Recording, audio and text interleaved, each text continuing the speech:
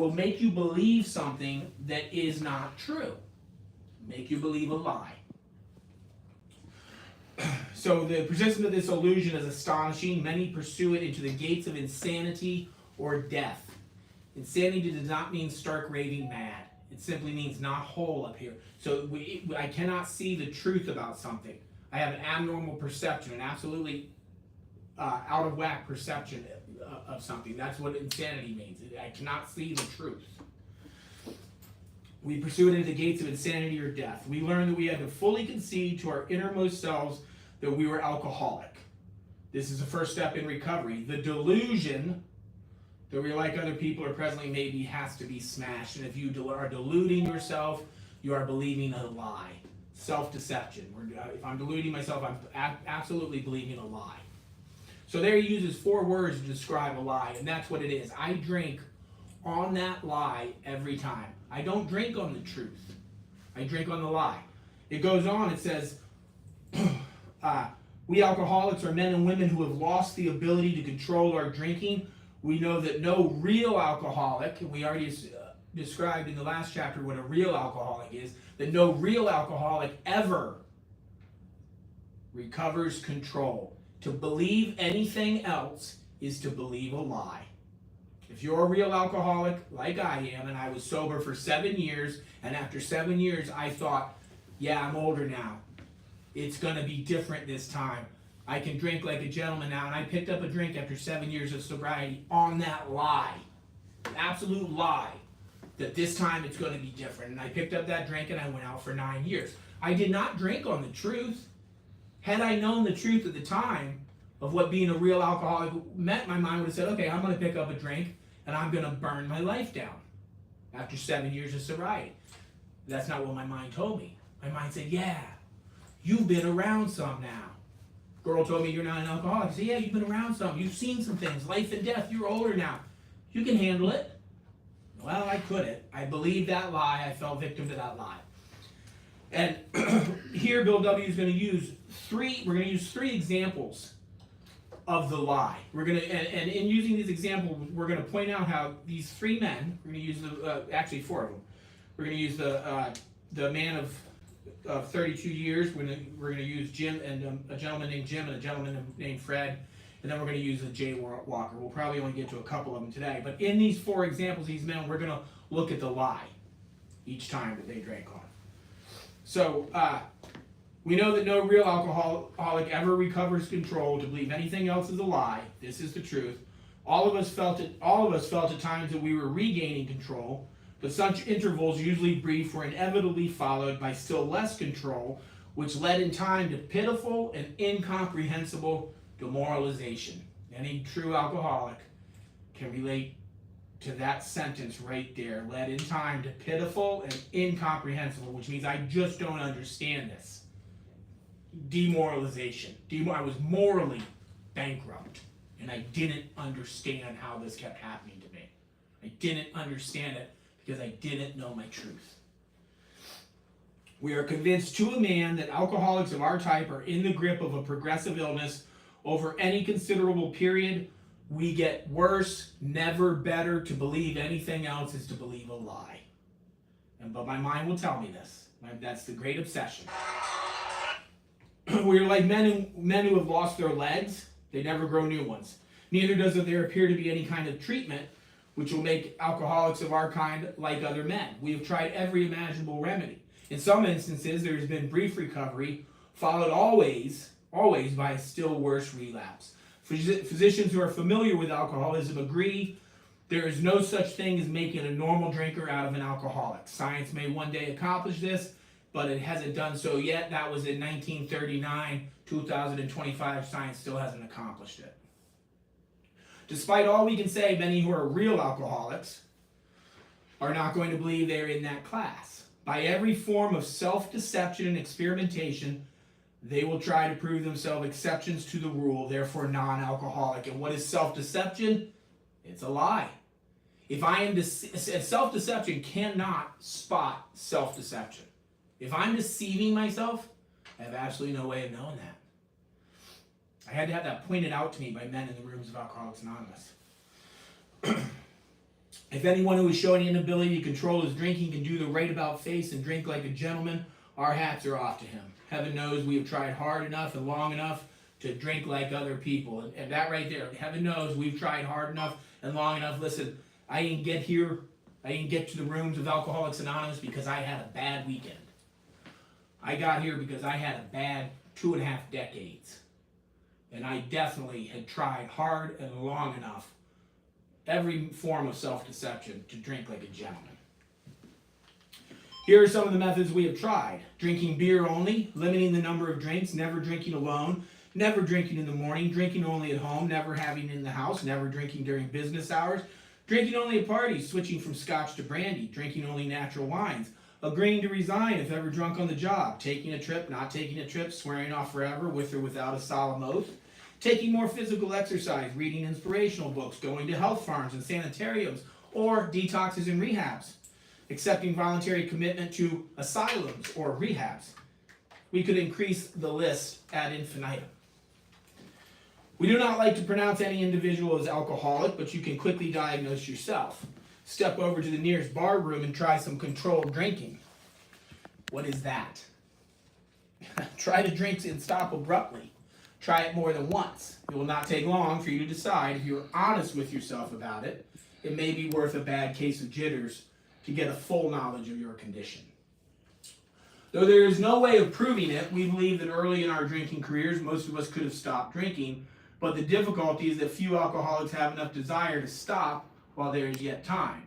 We have heard a few instances where people who showed definite signs of alcoholism were able to stop for a long period because of an overpowering desire to do so. And so, an overpowering desire to stop for a while. We're going to look at a man who stopped and stopped for quite a long time. We're going to look at the lie that he picked up a drink on. So this is a man of 30. A man of 30 was doing a great deal of spree drinking. Now, anytime we talk about spree, anytime they use the word spree, they're talking about the allergy. And throughout this book, when they talk about the allergy, I'm going to point out that's because of the allergy. And when they refer to the obsession, I will point out that's because of the obsession. So spree drinking, that's because of the allergy. Otherwise, it would just be a couple of drinks. But he's doing quite a bit of deal of spree drinking because he's got that allergy. He was very nervous in the morning after these bouts and quieted himself with more liquor. He was ambitious to succeed in business, but saw that he would get nowhere if he drank at all. Once he started, he had no control whatever.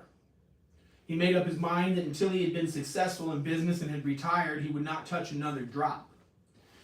An exceptional man, he remained bone dry for 25 years and retired at the age of 55. 25 years this guy stayed sober, after a successful and happy business career.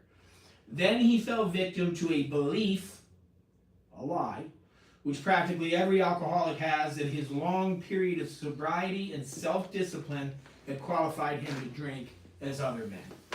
Out came his carpet slippers in a bottle. In 2 months, he was in a hospital, puzzled and humiliated. He tried to regulate his drinking for a while, making several trips to the hospital meantime. Then, gathering all his forces, he attempted to stop altogether, found he could not. Every means of solving his problem that money could buy was at his disposal. This guy had all the doctors he could want. He had all the money he needed to solve any other problem. Every attempt failed. Though a robust man at retirement, he went to pieces quickly and was dead within 4 years from picking up that drink. Stayed sober 25 years, fell victim to the lie, picked up the drink, triggered the allergy. He was dead in 4 years, which kicked in the obsession. The guy's dead in 4 years.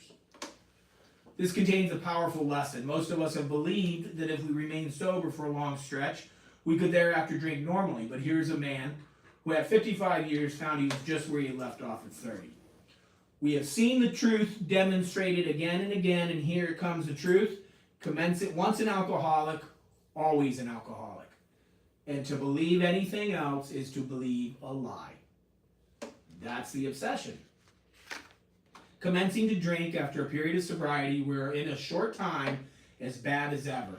If we are planning to stop drinking, there must be no reservation of any kind or any lurking notion that someday we will be immune to alcohol.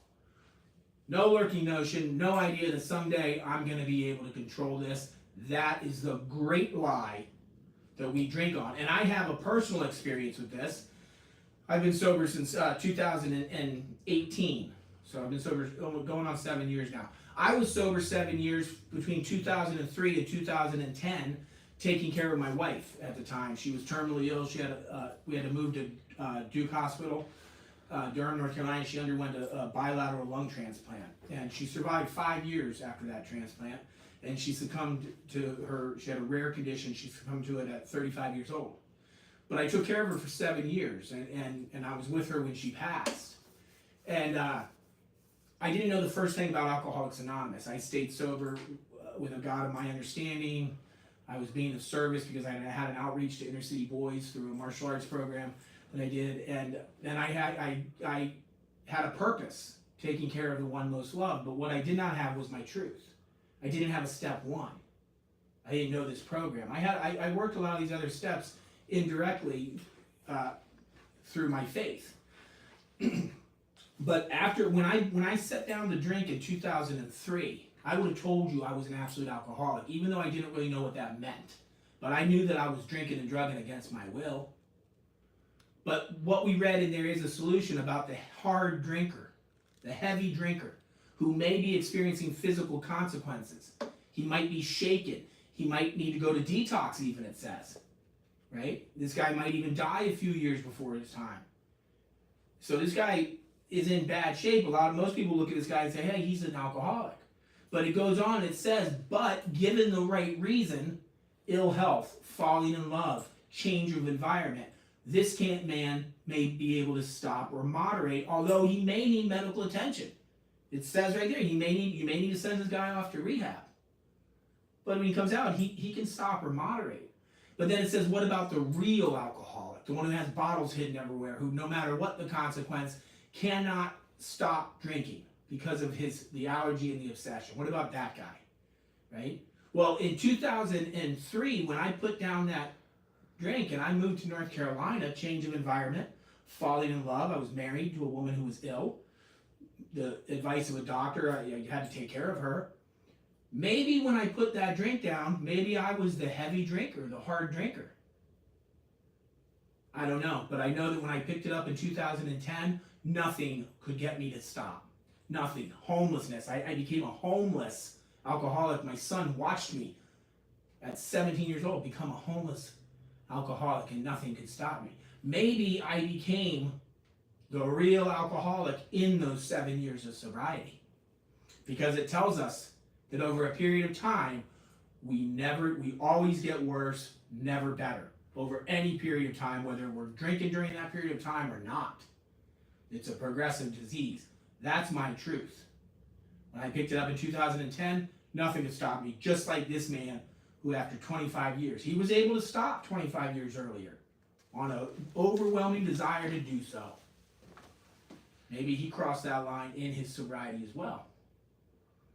So it goes on, it says, young people may be encouraged by this man's experience to think that they can stop as he did on their own willpower. We doubt if many of them can do it, because none will really want to stop, and hardly one of them, because of the peculiar mental twist already acquired, will find he can win out. And that peculiar mental twist is the obsession that it's the lie that precedes the first drink. Several of our crowd, men of 30 or less, have been drinking only a few years, but they found themselves as helpless as those who had been drinking 20 years. To be gravely affected, one does not necessarily have to drink a long time, nor take the quantity some of us have. This is particularly true of women. Potential female alcoholics often turn into the real thing and are gone beyond recall in a few years. Certain drinkers who would be greatly insulted if called alcoholics are astonished at their inability to stop. Their inability to stop no matter the consequence. We who are familiar with the symptoms see large numbers of potential alcoholics among young people everywhere, but try and get them to see it. As we look back, we had gone on drinking many years beyond the point where we could quit on our own willpower. If anyone questions whether he has entered this dangerous area, let him try leaving liquor alone for 1 year.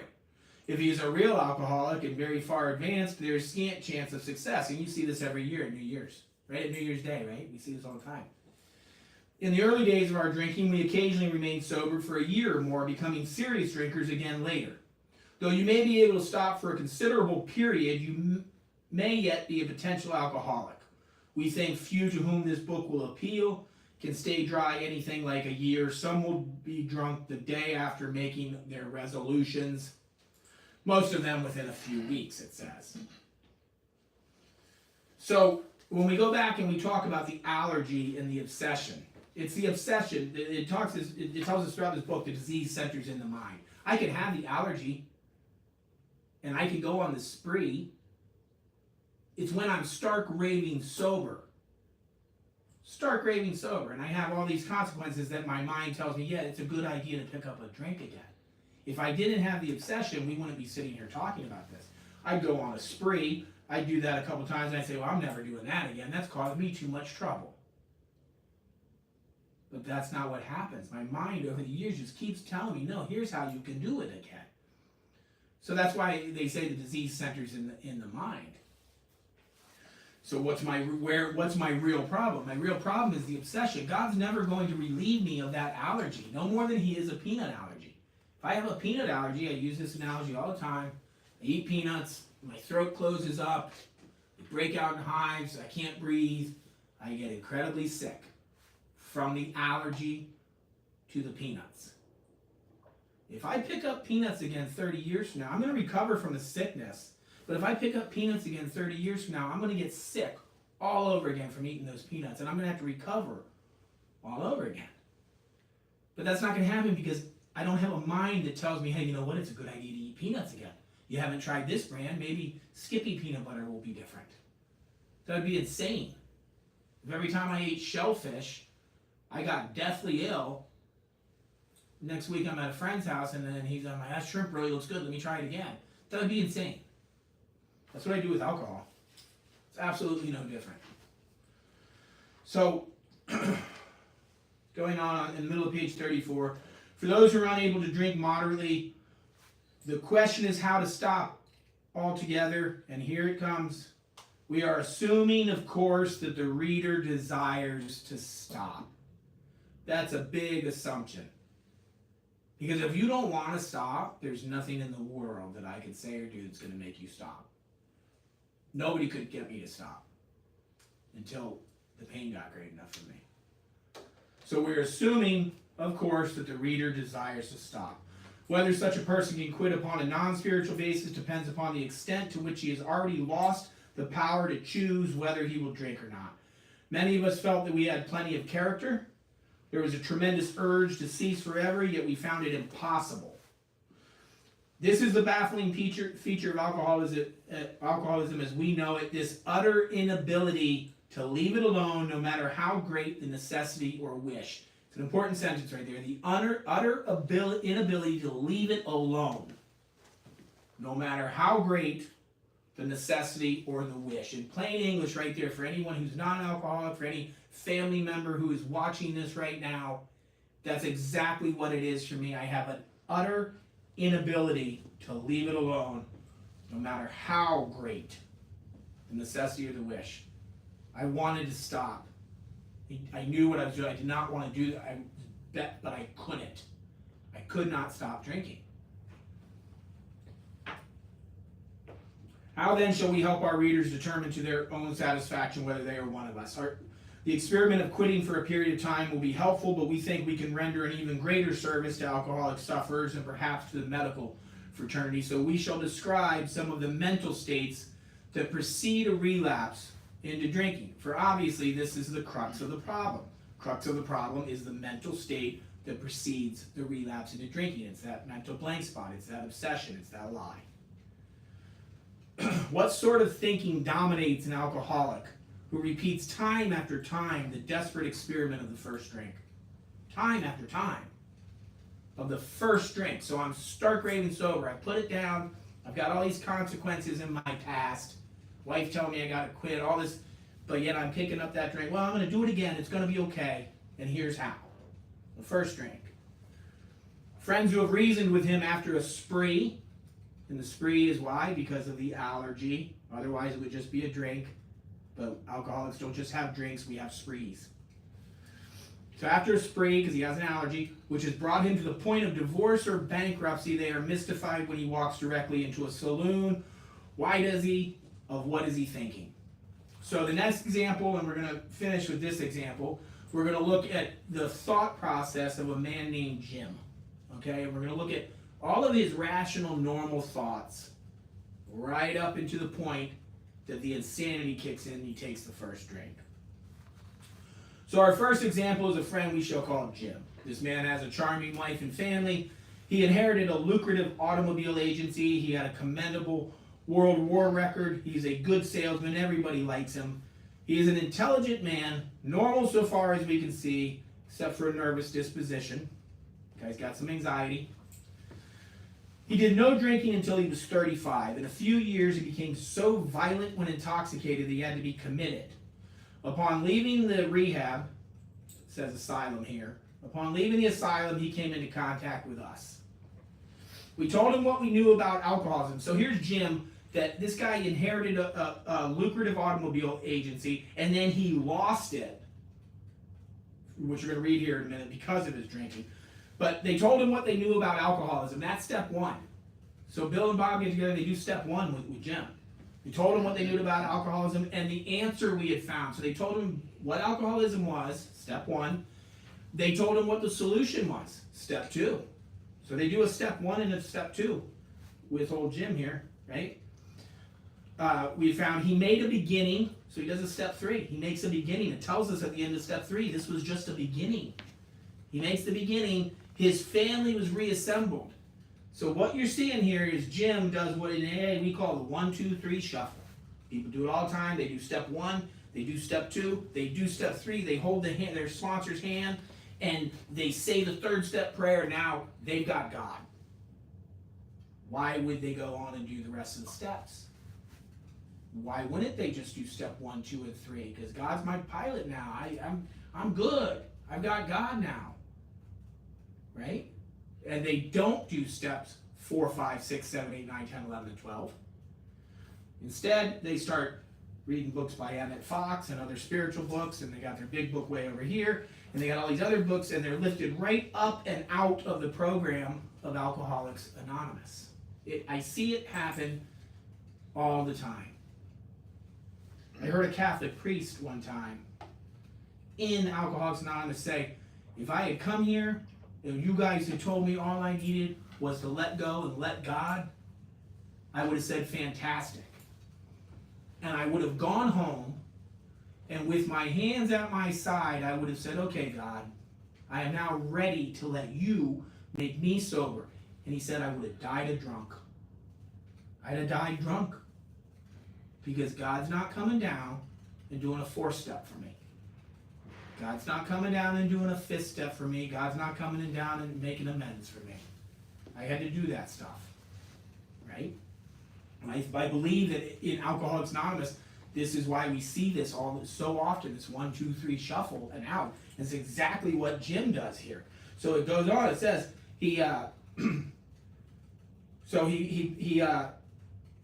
told him what we knew of alcoholism, step 1. The answer we found, step 2. He made a beginning, step 3. His family was reassembled, and he began to work as a salesman for the business he had lost through drinking. Bad idea. This guy loses a business, and now he's got to work for that guy. Do you think the guy's got a resentment? Most likely, right? All went well for a time, but he failed to enlarge his spiritual life by doing steps 4, 5, 6, 7, 8, 9, 10, 11, and 12. Bill W. tells us the alcoholic who fails to enlarge his spiritual life through work and self-sacrifice for others will not survive the certain trials and low spots that lie ahead. And that's what he does here. Fails to enlarge his spiritual life. To his consternation, he found himself drunk half a dozen times in rapid succession. 6 times in rapid succession. And then on each of these occasions, we worked with him. These are good members of Alcoholics Anonymous right now. They didn't kick him to the curb and tell him, you got to go find someone else because you relapsed. No, they said, sit down. Let's figure this out. And they kept working with him. These are good members of Alcoholics Anonymous right here. On each of these occasions, we worked with him, reviewing carefully what had happened. He agreed he was a real alcoholic and in a serious condition. He knew he faced another trip to the asylum if he kept on. Moreover, he would lose his family for whom he had a deep affection. Yet he got drunk again. 7th time now. Jim gets drunk the 7th time. We asked him to tell us exactly how it happened. So this time, again, instead of kicking him to the curb and telling him to find somebody else, they grab old Jim, they sit him down, and they say, "You're going to tell me you're going to tell us exactly what happened, and we're going to go through this step by step." This is his story. I came to work on Tuesday morning. I remember I felt irritated that I had to be a salesman for a concern I once owned. Probably a little more than irritated. I had a few words with the boss, but nothing serious. Boss might see that different, right? Then I decided to drive into the country to see one of my prospects for a car. That is an absolutely normal thought process. They didn't have car lots back then. If you're a car salesman back then, you're going to drive out into the country to see a guy about a car. That's absolutely normal thought process. But I guarantee you, on that drive out into the country, Jim was probably and talking in his head to his boss the whole time, just running that movie over, right? Resentful, irritated. But perfectly normal thought. I'm going to drive into the country to see one of my prospects for a car. On the way, I felt hungry, so I stopped at a roadside place where they have a bar. Well, if you're riding past a place that has and you're hungry, you're going to stop at a place. It doesn't matter that he says he stopped there before. I'm going to stop at a place. Absolutely normal thought process. I had no intention of drinking. We're not going to drink in there. Again, normal thought process. I just thought I would get a sandwich. Absolutely normal thought. I also had the notion that I might find a customer for a car at this place. Again, a normal thought. He has brochures for his cars, and maybe there's a person here that'll buy a car from him. I had eaten there many times during the months I was sober, so he's eaten there before sober. It doesn't matter that they got a bar. He's been in there before. It's the only place around to eat. Absolutely normal thought. I sat down at a table and ordered a sandwich and a glass of milk. That sounds like a normal thing to eat for lunch, a sandwich and a glass of milk, normal thought. I ordered another sandwich and decided to have another glass of milk. Well, he's hungry. Suddenly, the thought crossed my mind that if I were to put an ounce of whiskey in my milk, it couldn't hurt me on a full stomach. Absolutely insane thought. Normal thought, stop, get a sandwich, have a glass of milk, find a guy to buy a car in here possibly, put whiskey in my milk. There's the insane thought, right there. After everything this guy's been through, and all these guys are working with him, that's an insane thought. I ordered a whiskey and poured it into my milk. I vaguely sensed I was not being too smart, but felt reassured as I was taking the whiskey on a full stomach. Insane thought. The experiment went so well that I ordered another whiskey and poured it into more milk. What does he mean it went so well? How did it go well? Why are you having another one? Because you didn't get drunk off the first one? Or because you triggered that phenomenon of craving, and now you have to have that. That first one that you picked up, that was a choice. That second one you picked up was not a choice. That was a foregone conclusion once he picked up that first one, right? So I vaguely sensed I was not being too smart. I felt reassured as I was taking whiskey on a full stomach. Insane. The experiment went so well that I ordered another whiskey and poured it into more milk. That didn't seem to bother me, so I tried another. Now I'm starting to worry about how many glasses of milk this guy's having, because this is going to be a horrible, horrible hangover, right? The guy's up to like 9 glasses of milk and God knows how many sandwiches. Thus started one more journey to the asylum for Jim. One more journey to the rehab for Jim. One more journey to detox for Jim. Here was the threat of commitment, the loss of family and position, to say nothing of that intense mental and physical suffering which drinking always caused him. He had much knowledge about himself as an alcoholic. He knew what alcoholism was, and he knew about the solution, and he knew that it was a spiritual solution. He made that decision, yet all reasons for not drinking were easily pushed aside in favor of the foolish idea that he could take whiskey if only he mixed it with milk. And here it goes on to say, whatever the precise definition of the word may be, we call this plain insanity. And I love this definition of it. How can a lack of proportion of the ability to think straight be called anything else? The lack of proportion of the ability to think straight. everybody in the Jim's life could tell him, are you kidding me? You're going to have a drink after everything that's happened? And to him, it's just absolutely normal. It's the insanity is a state of mind which prevents normal perception. That's what I have written here for my definition of insanity. The state of mind that prevents normal perception. Normal perception would have been, I can't have a drink. I know what that's going to do to me. Normal perception from everybody who knows Jim would be, Jim, you can't have a drink. That's not Jim's perception. That's insane. He does not have a normal perception when it comes to alcohol. If I can assess and appraise and anticipate the effect of alcohol on my behavior and on my actions, then I'm not insane when it comes to alcohol. If I cannot anticipate and appraise the what alcohol is going to do to me, the effect it's going to have on my actions, then I'm insane when it comes to alcohol. You may think this is an extreme case. To us, it is not far-fetched, for this kind of thinking has been characteristic in every single one of us. We have sometimes reflected more than Jim did upon the consequences, but here it is. There's always the curious mental phenomenon that parallel with our sound reasoning. So I'm thinking normal, just like Jim was thinking normal. Right here, I'm thinking normal. But paralleling with my sound reasoning is the insanity when it comes to alcohol. All my other thoughts are normal. Fine, I can make decisions. But with alcohol, it's this thought process that parallels it is all over the place. So it says there, the curious mental phenomenon that parallel with our sound reasoning, there inevitably ran some insanely trivial excuse for taking the first drink. Insanely trivial excuse for taking the first drink. What that tells me right there is that it is the pebble that trips me and not the boulder. I drink on the lie, and often it's very small. Our sound reasoning failed to hold us in check. The insane idea won out. Next day, we would ask ourselves in all earnestness and sincerity, how could it have happened? So, I'm going to leave it right there. I told you my story about being